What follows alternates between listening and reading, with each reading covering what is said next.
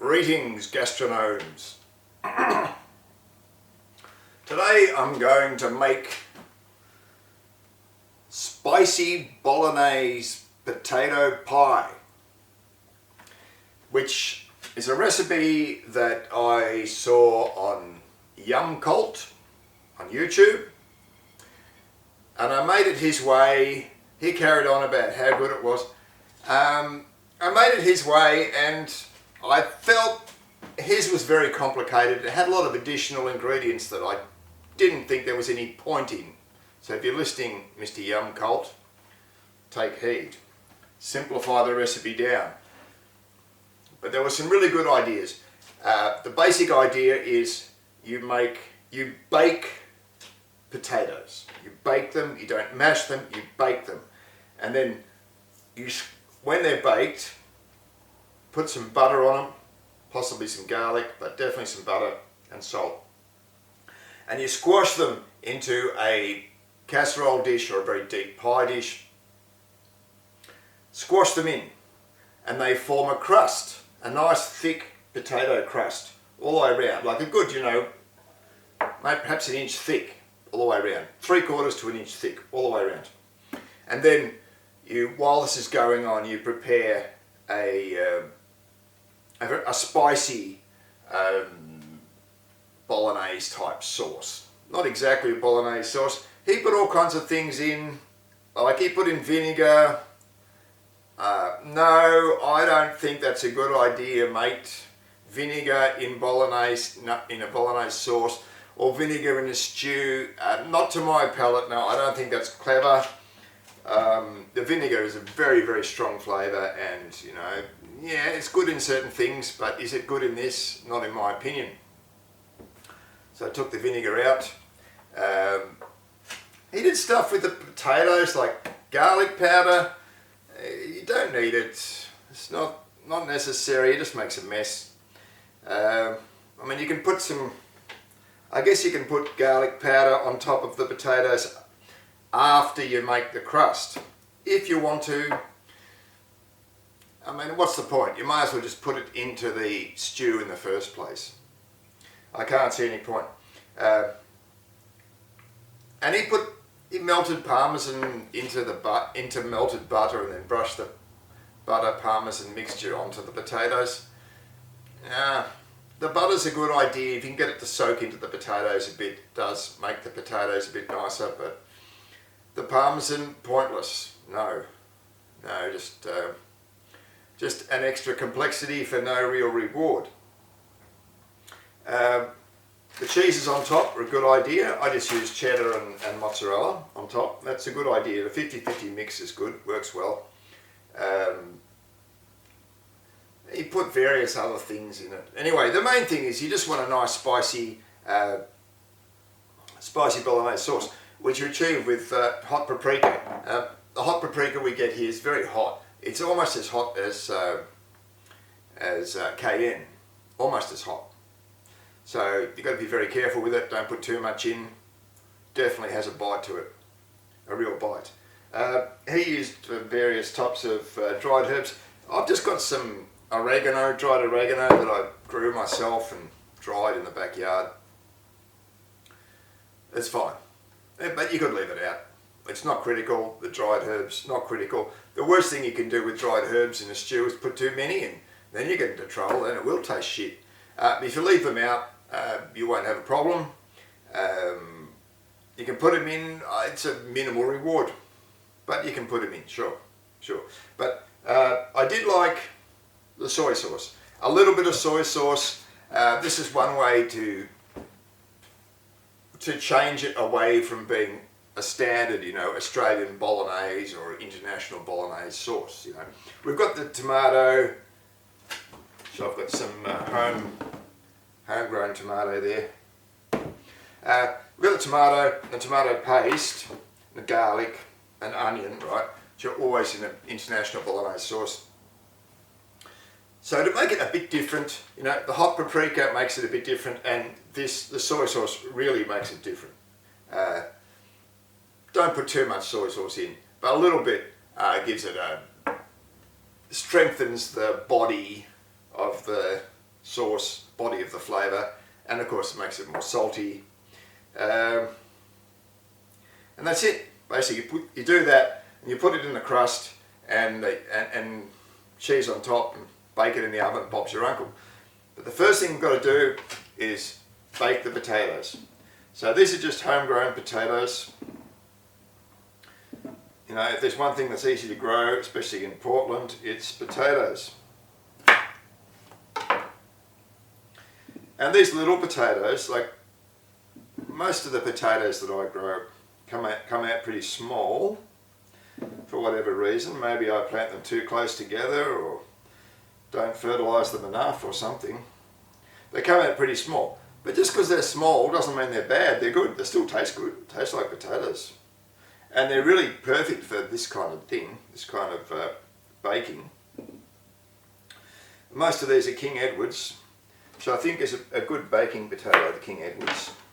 So what I'm just doing is looking for bits where dirt could be trapped, and I'll just cut that bit off. If I find any, I'll just cut it off. Or cut it out.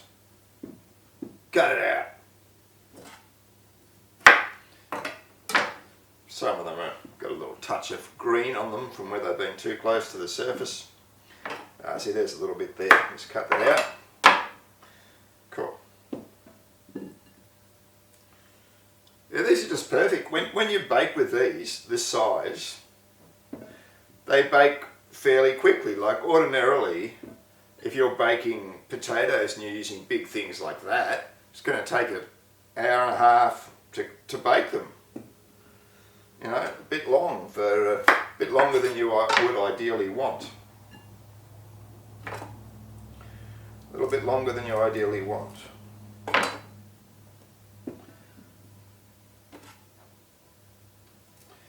Just a little bit of black there, just cut it out. It's just a bit of dirt that's got embedded into the skin. It's not a problem. You wouldn't throw out a whole potato just because there's a little bit of dirt on the skin.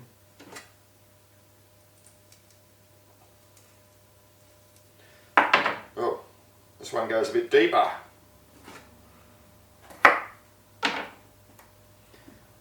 Cut half of it out.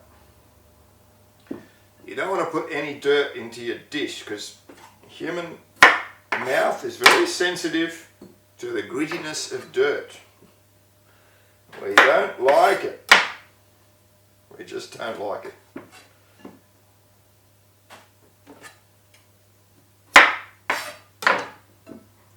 Just a few little bits of dirt. Nothing to worry about. Alright. There's just an eye there. I mean, it doesn't make any difference. Nothing wrong with eating an eye. An eye for an eye. Now, just putting some canola oil in. You don't want too much, but you want some.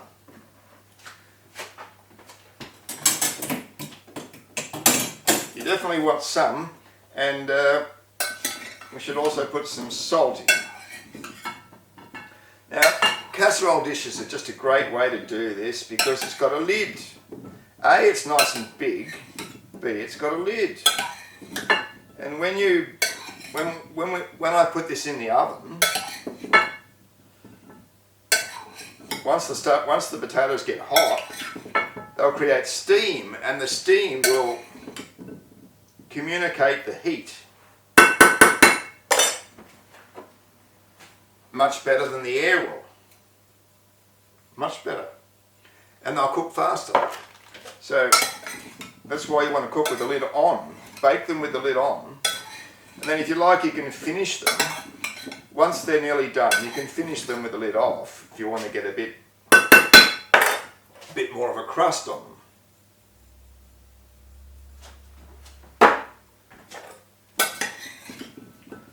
So there we go, we've got these greasy, oily, salty potatoes, which we're going to shove in the oven at 220 degrees Celsius. Nice hot oven. I might get them started with the lid off actually. The lid off allows the hot air to get in around the potatoes and bring them up to temperature. then once you've got, then you can put the lid on and you'll get the steam happening inside, and that'll cook them faster than they will be cooked just by hot air. So that's what I'm going to do. I'll be back when I've cleaned this up and I'm ready to go with the Bolognese sauce.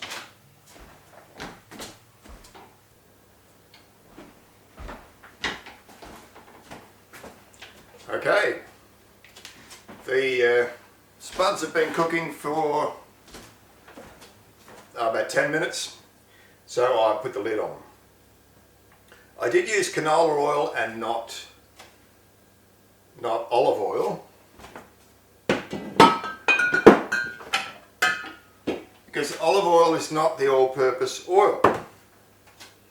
If you think olive oil is the all-purpose oil, you don't know what you're talking about.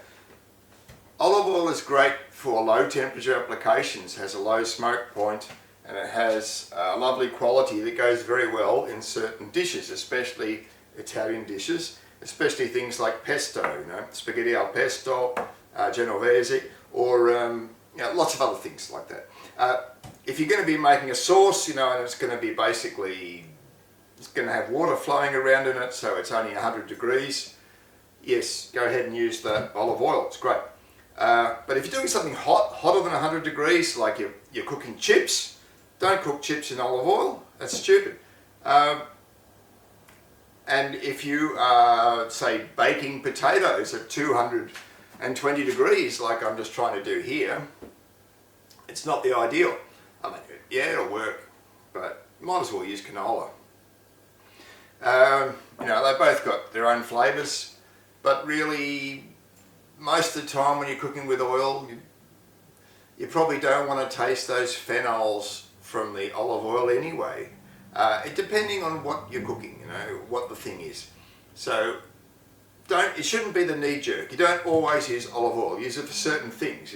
If you're making a salad dressing, you do want those phenols, so you probably would use extra virgin olive oil for salad dressing. And there's lots of places where you do use it. But horses for courses, don't use it for baking potatoes. Don't cook your chips in it. Right, let's get on. So we're going to make this sauce, which is a fairly, it's very close at its heart, really it's international or Australian or international Bolognese sauce. Obviously it's not a true Bolognese sauce. Anybody who wants to know more about what a true Bolognese sauce is should watch my video on Bolognese, spaghetti Bolognese. Watch it. If you haven't already seen it, you should watch it, because in it I do talk about what a real Bolognese sauce is and how the sauce that internationally, like in Australia or America, we think of as Bolognese, it's not really. It's not proper Bolognese. Anyway, that's in a different video, so you can go and look at that if you want to know more about what a proper Bolognese sauce is. But this is the ground beef and tomato and onion stew is basically the heart of an international Bolognese sauce. What we think of in America or Australia or Britain or wherever as a Bolognese sauce, that's what we think of. When we hear the word Bolognese, we think that. Which it is not a proper Bolognese sauce, but it doesn't matter. We don't care. We've taken over the name and we're misusing it. We're misusing it, and I guess we don't care. I mean, certainly the Americans don't care. Why would they care? They think the world revolves around them, so they don't care. All right. A moderate amount of olive oil in there. You don't have to go too mad with the olive oil, because there's plenty of extra fluids in this, and there's also plenty of fat in the ground beef, depending on depending on where you get your ground beef, what you paid for it, how much fat there is in it. I just got this stuff from Woolworths. I think it's, I wanted 750 grams is about what you want, but of course you can't buy that. At Woolworths you can't buy 750 grams. You get exactly 500 or you get exactly a kilo. Too much and too little. So I ended up buying two at 500 and just taking the excess and storing it away for hamburger patties. Incidentally, if you're making hamburger patties, don't fuck around with the eggs, the onion, the breadcrumbs, whatever else. Don't do it. The best hamburger patty is pure beef. Nothing else. Nothing else. So I just used a mixture of the 10% fat and the 18% fat, a mixture. So that's what we've got here, a mixture of those two things. Now,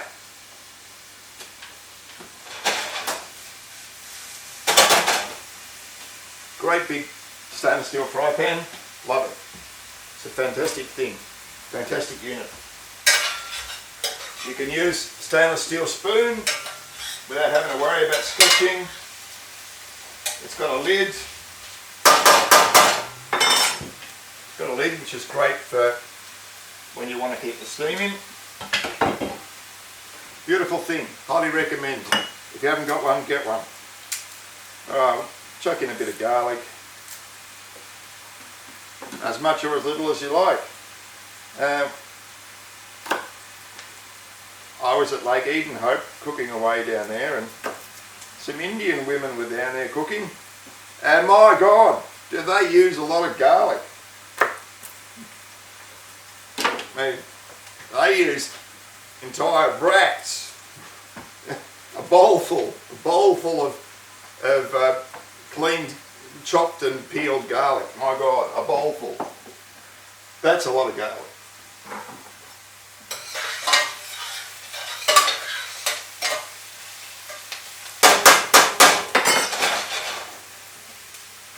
I like garlic, but I've never used that much. Never. Crazy Indians. Crazy Indians. They were from the south. They were from Chennai, I think, if I remember correctly. I think they were from Chennai. Alright, just going to chop this garlic up a bit.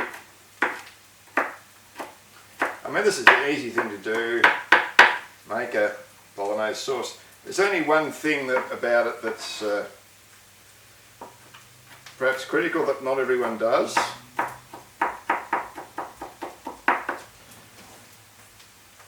And I've been making Bolognese sauce for decades, I don't know, 30, 40 years probably been making it.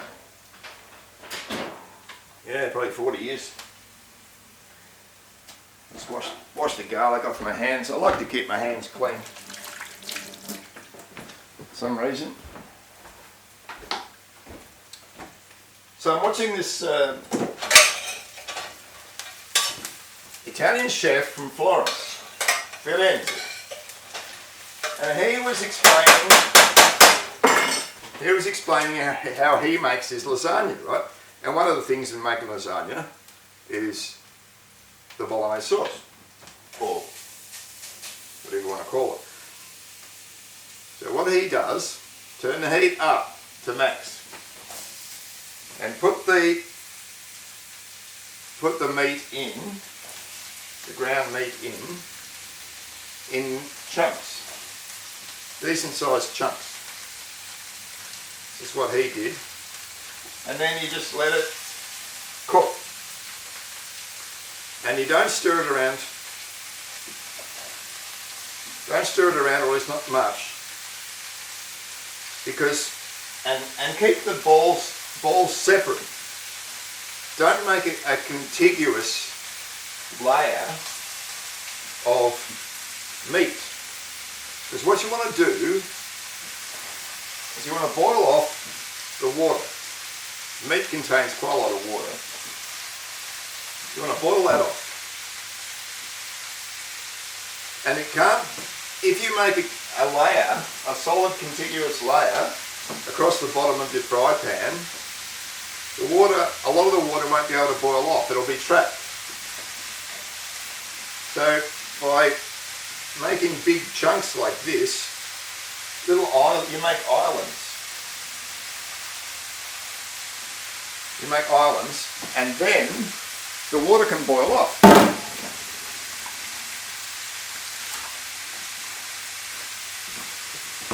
Now I'll just get the camera and show you. Alright, let's fire up the camera and I'll show you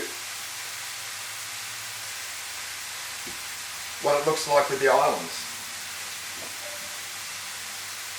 So we've got islands of meat. Islands of meat, the water coming off them, you can see all the steam coming out.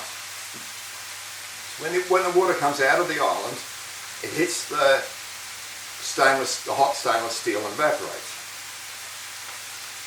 That's not the only thing. The other thing you want to do by doing this is you want to get some caramelization going. So you want to keep the heat high, and you'll get a nice crust on the bottom of these ground beef islands. Get a nice crust, which is going to give you a nice flavour to your sauce. That crust is what you want.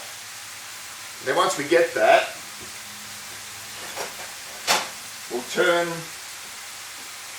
I'll turn them over once we get a bit of crust on it. I'll turn them over, and once the water's gone and I've got crust on both sides, then I'll mash it all up into a nice even mix of ground beef and put the rest in. That's the plan.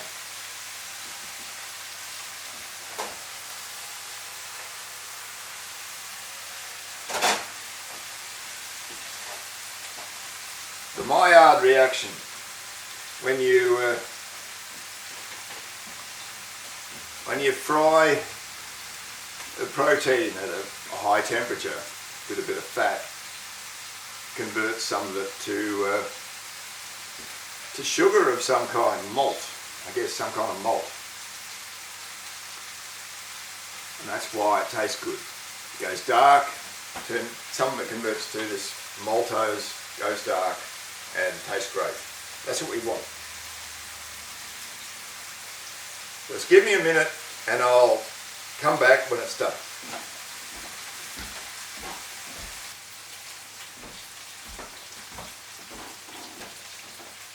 Okay, it's been about 5 minutes, maybe a bit longer. I've turned the balls of mince over, and we can see the nice browning we've got on the bottom. I'll just show you. It's been a while since I turned them, so most of the water's come out from the other side now. When you first turn them over, you get a lot of water coming out. Of course, the trick with the Maillard reaction is that it won't take place at boiling point. It has to be higher than boiling point, so you have to get rid of the water to achieve that, because the water will keep the temperature of the whole dish at boiling point.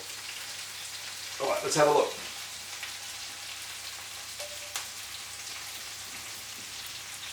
Now you can see all the brown, all the colour on the meat, and you can see the fat around it, surrounding the meat.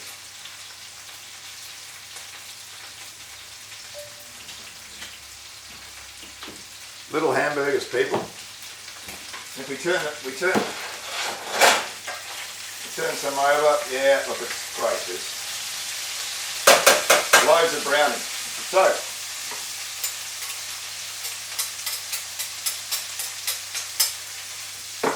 they're ready for the next phase, where we throw in the garlic. Maybe take it off the heat. we've got enough Maillard reaction now, we don't really want any more. So we'll take it off the heat. Get yourself a potato masher and just mash it down.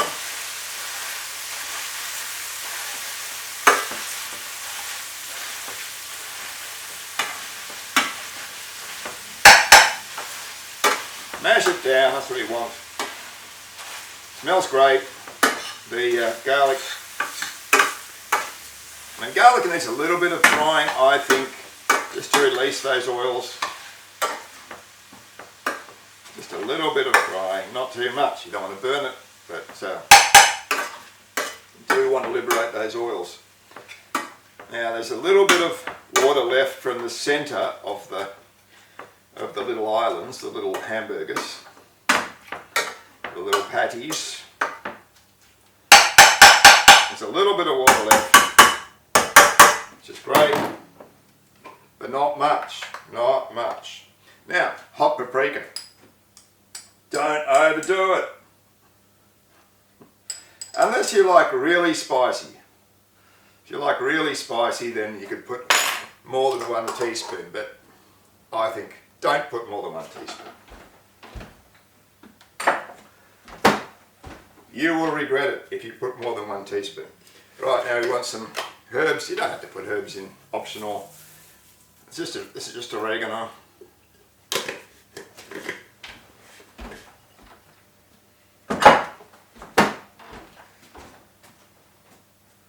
And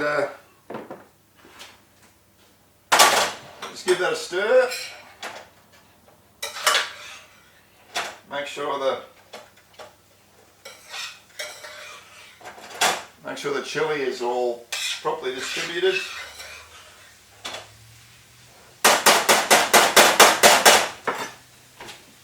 Actually, I'll give you another look, just show you how this looks before I put the tomato in.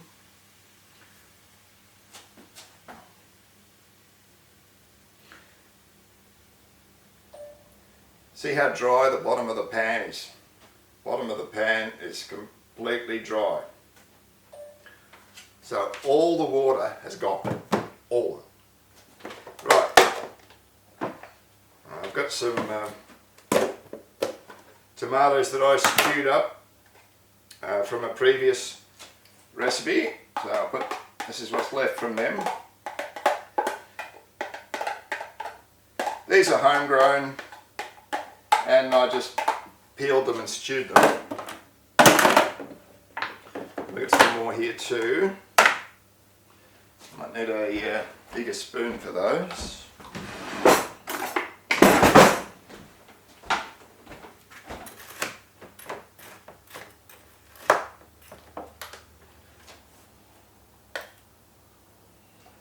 Some of them in. And how much you want is entirely up to you, up to your preference.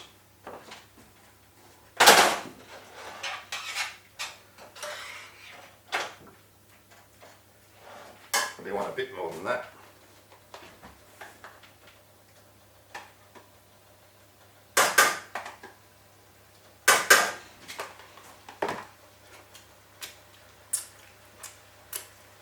If you're using tins, you want at least a 440 gram tin. Probably a 440 gram tin is about right.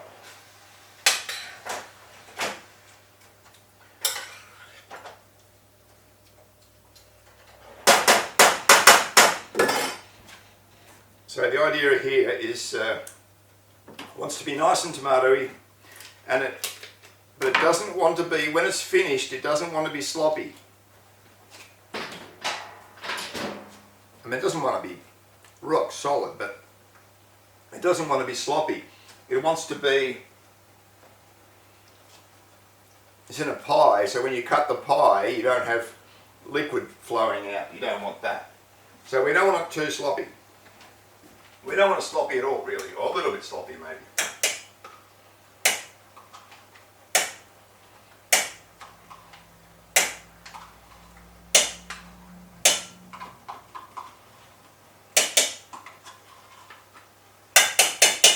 So,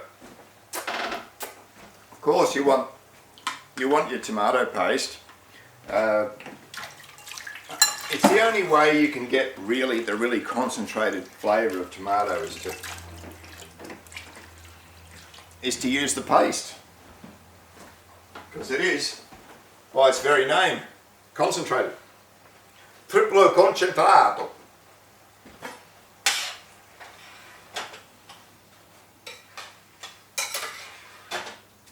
Alright, that's looking good.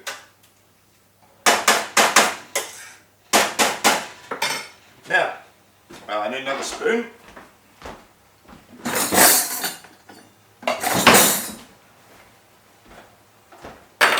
Mr. YumCult put sugar in his. I think putting sugar in is a bit agricultural, you know, a bit coarse. So rather than putting sugar in, put in something with a bit more flavour, like plum jam, or in this case, raspberry and plum jam. Sorry, blackberry and plum jam. That stuff is superb. Now, a bit of soy sauce, not too much. Don't overdo it. I mean, soy sauce is a potent weapon. The surest way to ruin any meal is to put too much soy sauce in it. And that is guaranteed to ruin any meal. And, you know, the people that go to a restaurant, Chinese restaurant, and put soy sauce on their fried rice, stop it, people. That's disgusting. Don't do it. You just completely ruined your rice. Don't do it. No.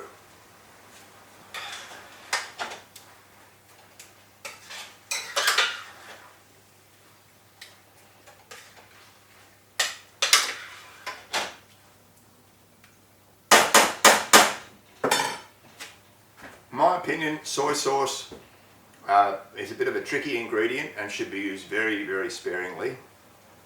There's not many situations where you want the soy sauce to be a feature.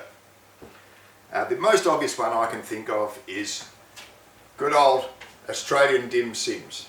Australian dim sims and soy sauce.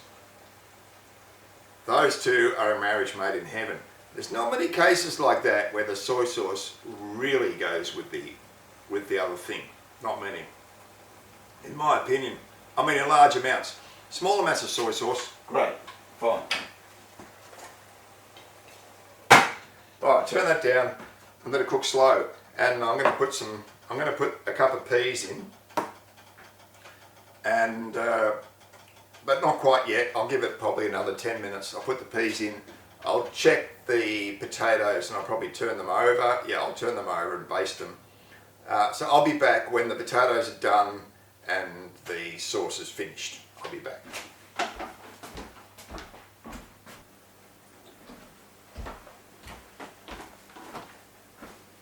Alright. The potatoes are pretty much done. So they are done. The sauce is pretty much done. Let's have a look at the sauce, shall we? That'll be the thing to do.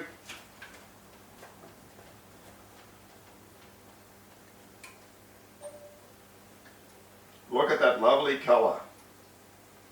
And you can see the peas just cooking away there. The whole mixture is stewing gently, simmering along. I've just taken the lid off. I've taken the lid off to allow some of the liquid to evaporate, which it has. I mean, if I draw the spoon across the base, it doesn't fill up with liquid, so we don't want any less liquid than that. That's the correct amount.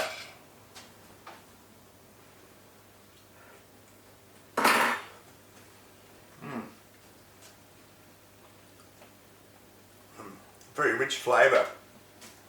Lots of beef, you know, real beefiness to it. Because of that, you can probably turn it off now. That Maillard reaction adding the extra flavour. And the soy sauce, if you don't overdo it, gives a sort of a umami boost to the flavour. And of course, a bit of salt. And I added a heaped saltspoon of salt in there too earlier on because there wasn't quite enough. Now, because the potatoes are nearly done, what we want to do is brush them with butter. So, maybe a couple of tablespoons of butter there. We've got quite a few. We've got quite a few spuds to try to put some butter in, so you want a fair bit. And let's pull out the spuds. Let's pull them out. Give you a look. Now I did baste them halfway through. I mean they've been cooking for an hour and 10, so more than enough time. More than enough time. There they are. Let's have a look at them. Let's have a closer look at the spuds.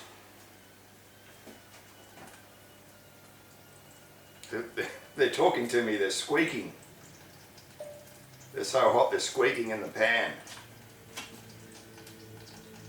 You can see they've got a little bit of crust on them. They got a little bit of colour on them. They're great. Exactly what we want. Just making sure that butter doesn't burn. If I get a spoon, I'll show you what this.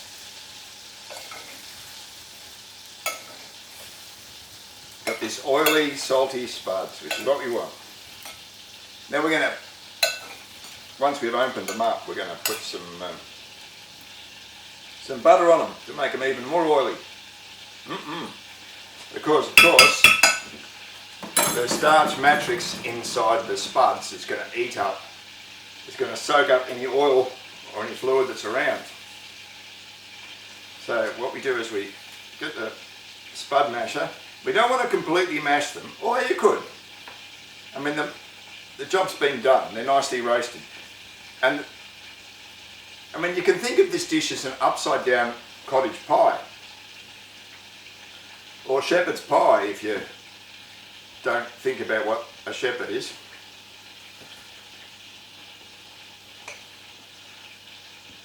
So instead of having mashed potato on the top, we've got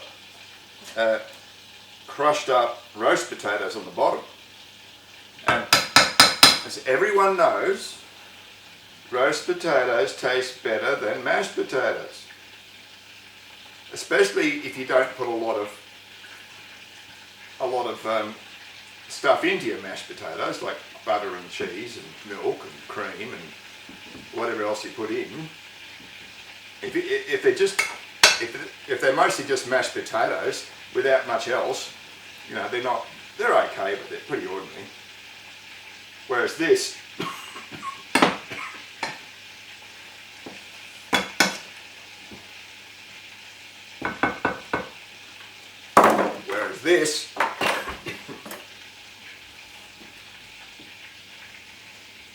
is roast potatoes, not mashed. That's the secret. This is one reason why this is such a great dish. Really good dish. So it was a great idea, Mr. YumCult. Great idea. I don't know if it was your idea, but it's a great idea. This is my way of doing it, which I think is certainly simpler than his way and probably a tad better. Alright, so we scoop it around, smush it in. We make a nice crust, pie crust. And then we get our, whoop, I'm afraid I left that butter on the stove, perhaps a little bit long.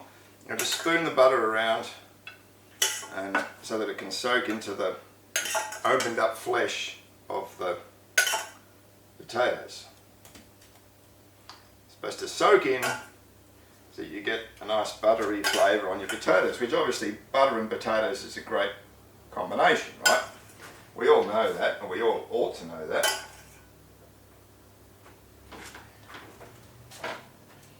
Nice buttery potatoes.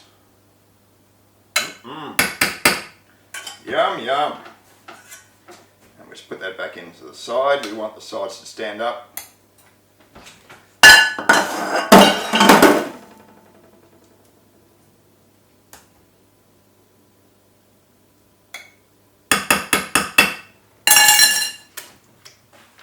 Let's have a look what that looks like.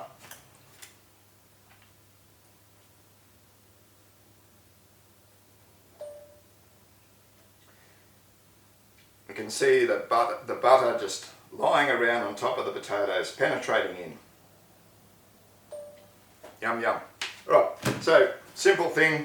The next job is we just put the sauce, the stew, in. Just basically fill it up with the stew.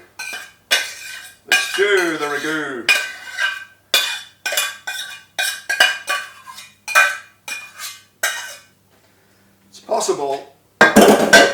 It's possible I overdid the oregano. It won't be a problem. But you know, honestly, you could do without the herbs without any problem. You could just leave them out, wouldn't be a problem. Look at that. Fill the pie right up. Now the last thing we have to do is mix the cheeses. Very last thing. So I've got some mozzarella here. This is pre-grated mozzarella, so you want a good handful of that. You might as well use it all, seeing as how it's leaving the pack. Now we grate. We'll get the grater. We grate in roughly equal amount of cheddar. I mean, I'm probably going to be less in this case, but whatever. It'll be fine. Doesn't really matter critical.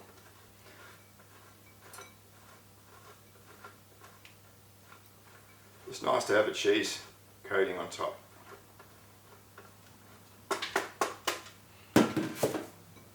Get your hand in and try to mix the two. Try to mix the two if you can. I should have used a bigger bowl. My mistake. Je regrette. Tellement.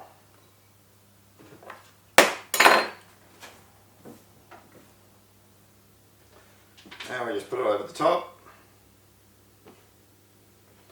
Sprinkle it over the top. Very nice. Molto, molto bene. More. Più formaggio. Più formaggio, signor Marte.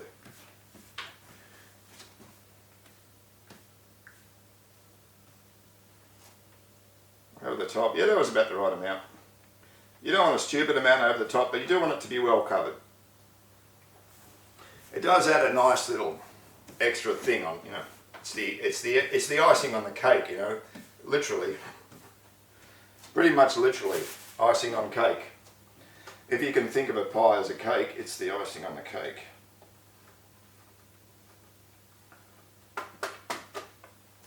Yeah. Dat zal genoeg zijn. Right, in we go. Chuck it in the oven at 180. I've got to turn it down from 220.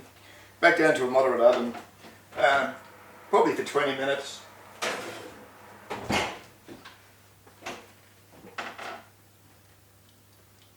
Just until the cheese is melted, really, and golden.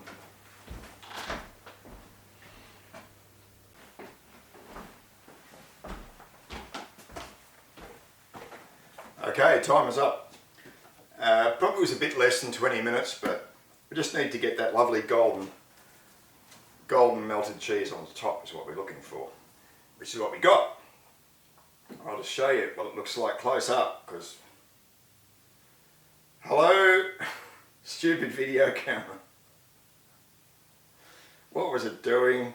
process has decided to go and do something else while I tell it to do video, but no.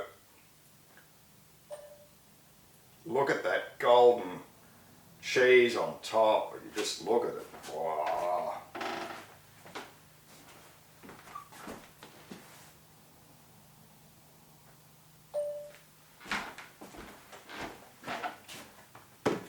A masterpiece, I hope.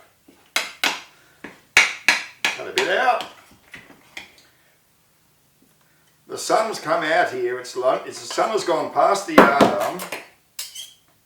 It's after 1 now, and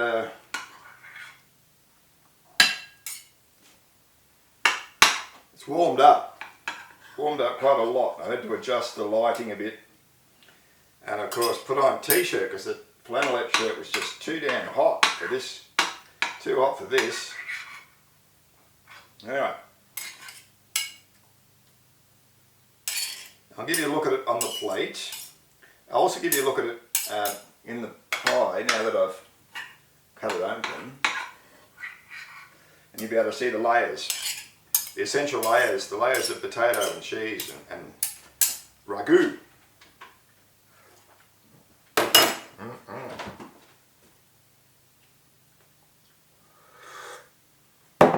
Alright.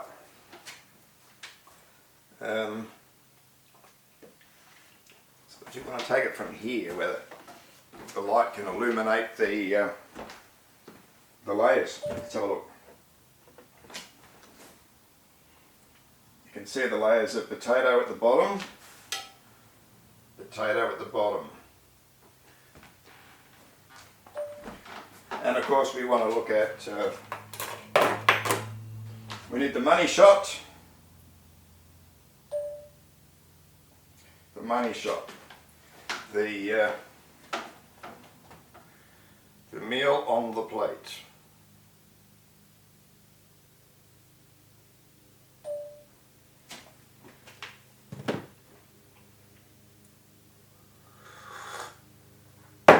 Well, lunchtime, let's go. There's a bit of potato there, so we'll get a bit of potato and a bit of sauce.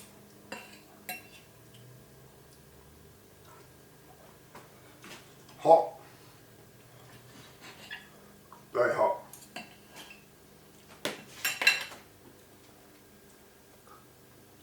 Potatoes are baked, you know.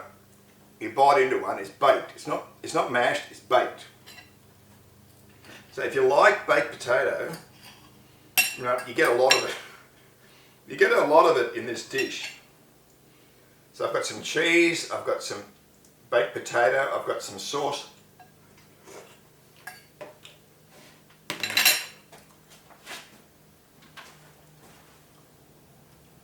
Fantastic.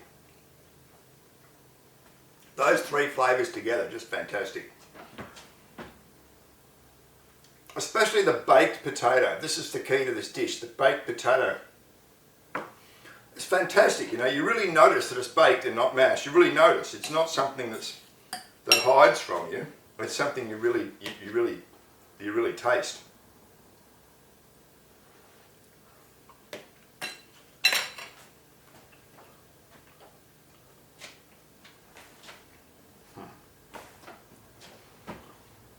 And that sort of quasi Bolognese, spicy Bolognese ragu.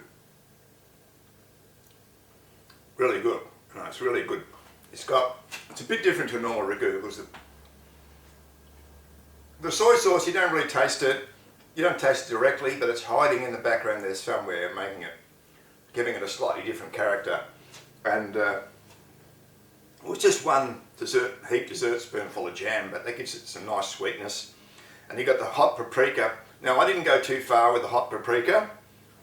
I just put 1 teaspoon in, so I'm getting a mild sensation at the back of the throat.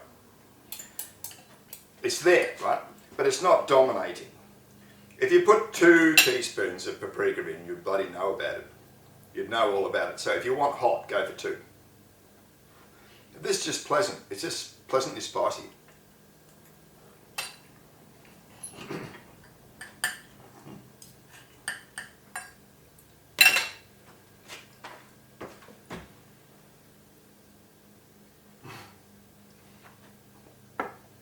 course, the those little hamburgers I made with the ground beef, they have that the browning on them, which doesn't go away, you know. That flavour stays with them to the end, till they're in your mouth. Really good. So much different to, you know, the grey. If you just virtually boil your ground beef in tomatoes, you get this greyness. It's not good.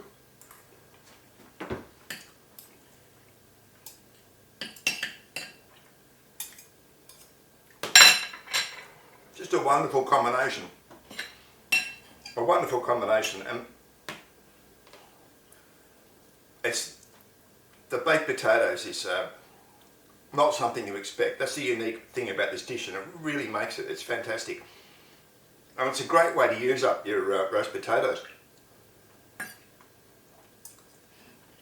Sorry, I meant a great way to use up your small potatoes is what I meant to say.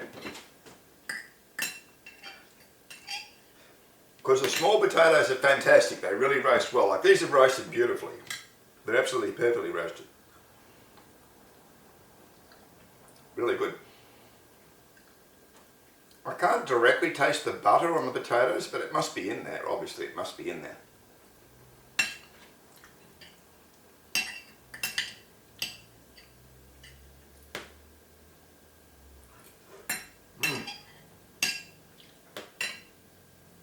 Damn, it's good. You try this, and you go, damn, it's good. I've made this 4 or 5 times, and it makes a lot. Look how much. I've used, you know, less than a quarter, and that's enough for a meal.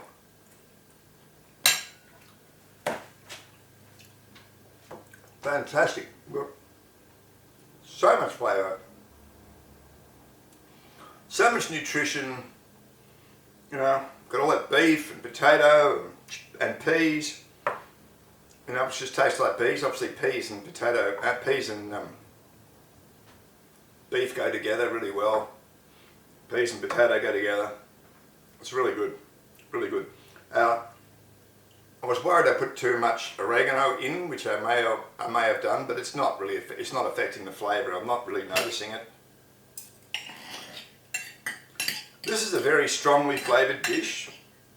Very strongly flavoured. Everything is really hits you in the mouth.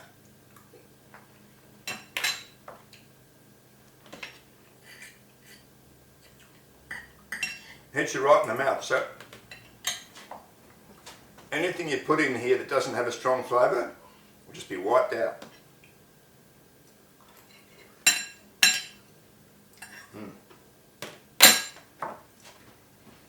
It's just fantastic. Highly recommend it. Thanks to Mr. YumCult for, I don't know if he invented it, but he put it up on YouTube, and I've modified it. This is really good. His is good. I like this one better. It's easier to cook. It's still a bit involved, but it's easier to cook. And tastes fantastic. Doesn't have that stupid vinegar. Okay. Fantastic.